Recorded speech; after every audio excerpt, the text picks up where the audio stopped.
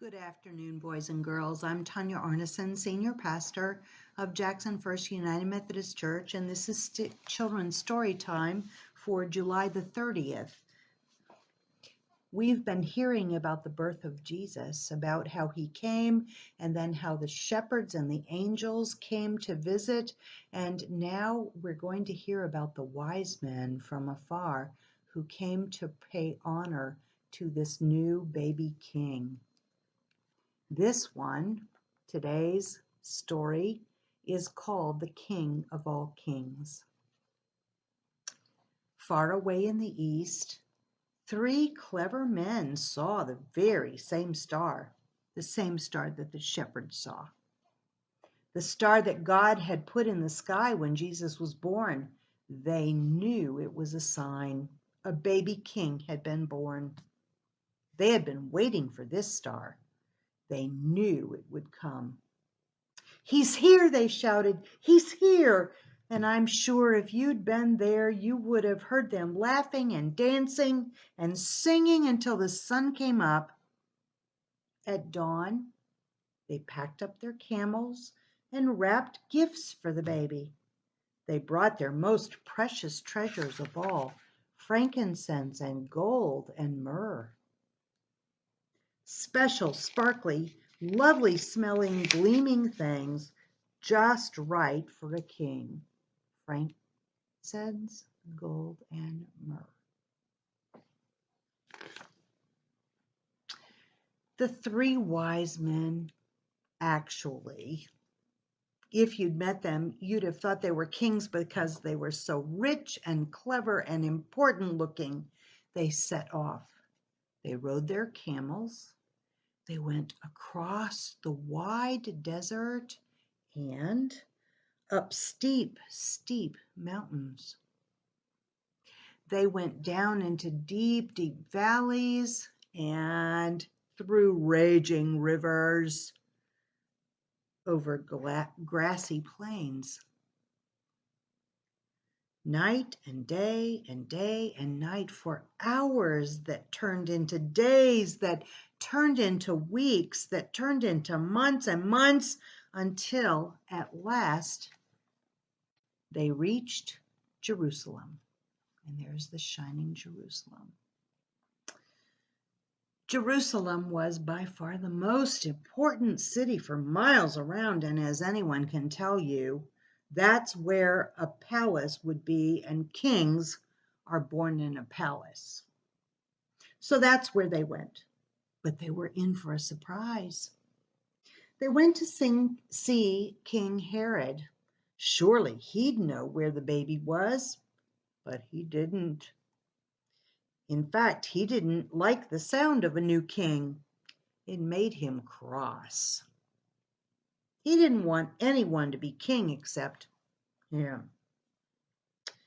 But Herod's advisors told the three wise men what was written in their books, what God had said about the baby king. Go to Bethlehem. That's where you'll find him. Suddenly, the star they had seen in the east started moving again, showing them the way. So the three wise men followed the star out of the big city, along the road, and into the little town of Bethlehem. Out of the nice part of the town, through the not no nice part of the town, into the really not so nice part of town, down a little dirt track until it stopped right over a little tiny house, a stable.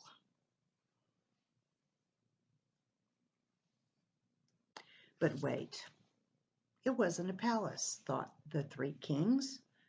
And there weren't any guards or servants or flags or red carpets or trumpets or anything. Did they get it wrong? What did God mean? Sure enough, in that little house, oh, there's Mary and the baby, and there's Joseph. Sure enough, in that little house, there, sitting on his mother's knee, they found him, the baby king. The three men knelt before the little king. They took off their rich royal turbans and gleaming golden crowns. They bowed their noble heads to the ground and gave him their sparkling treasures. The journey that had begun so many centuries before had led three wise men here, to a little town, to a little house, to a little child, to the king God had promised. God had promised David so many years before. And you remember that David was Jesus's great, great, great, great, great, great grandfather. But this child was a new kind of king. Though he was the Prince of Heaven, he had become poor. Though he was the mighty God, he had become a helpless baby. This king hadn't come to be the boss. He had come to be the servant. I hope I will see you again next week as we hear more about Jesus, because Jesus, this baby king, grew up to be a man, and then he began his ministry of preaching and teaching and healing and loving, and we're going to hear about that in the coming weeks. Boys and girls, I hope that you will be blessed and be well and know that you are beloved.